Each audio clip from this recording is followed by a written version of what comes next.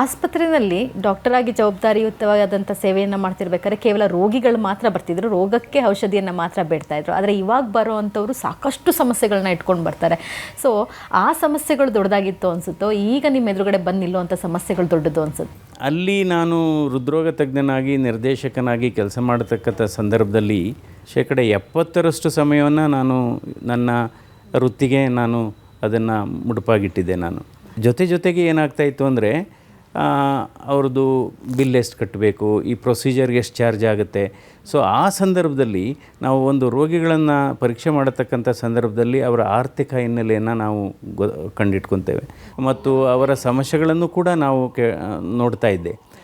ಇವಾಗ ಸಂಸದನಾಗಿ ಕೆಲಸ ಮಾಡಲಿಕ್ಕೆ ಪ್ರಾರಂಭ ಮಾಡಿದ ಮೇಲೆ ನೀವು ಹೇಳಿದಾಗೆ ಸಮಸ್ಯೆಗಳು ಬೇರೆ ಬೇರೆ ಥರ ಇದೆ. ಸೊ ನಮ್ಮ ದಿನಚರಿ ಹೇಗಾಗುತ್ತೆ ಅಂದರೆ, ಬೆಳಗ್ಗೆ ನಾನು ಎದ್ದ ಕೂಡಲೇ ಒಂದು ಹಾಲು ಕುಡಿಯೋ ಅಭ್ಯಾಸ ಇದೆ, ಹಾಲು ಕುಡಿತೇನೆ.